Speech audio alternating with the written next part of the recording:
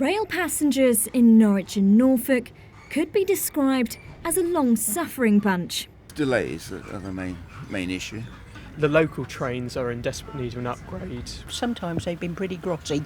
But for these travellers making the trek down towards London, today could well be remembered as the day things began to change for the better for them.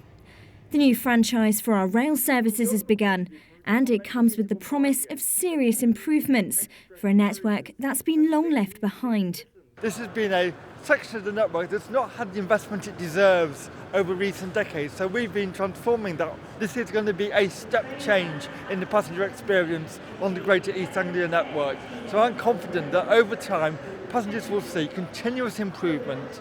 Abellio Greater Anglia won the right to keep hold of the service for the next 9 years. And after a series of smaller changes on trains and platforms, they're now promising big changes that don't come cheap.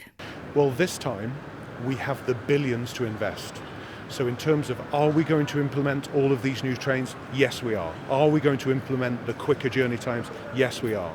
Are we going to provide 55% extra seats into London in the morning? Yes, we will.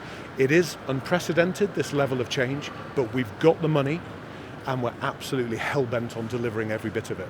So, as well as a whole fleet of new trains, more services, more seats at peak times, better Wi-Fi on trains and stations, and of course, the key promise to keep is the long-awaited Norwich and 90, running a service between Norwich and London that takes just an hour and a half.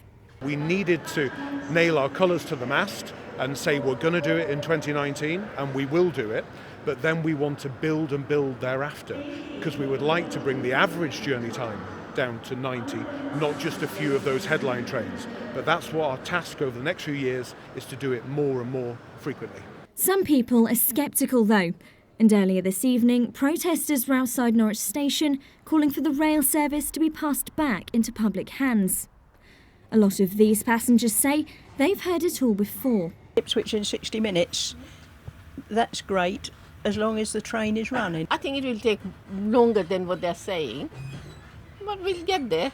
But this franchise deal means these things need to be delivered by 2020, and it won't all happen overnight. You can say it's never enough really, but this is a fantastic start.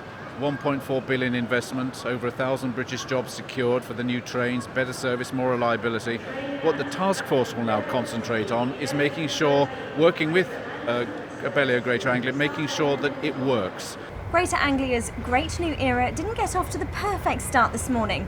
Our train to London was delayed by 20 minutes due to signalling problems at Chelmsford. Of course, it'll be a while before improvements to timetables and trains become noticeable, but commuters will certainly be making sure they get the first-class service they've been promised. Amy Blunt, Mustard TV, London.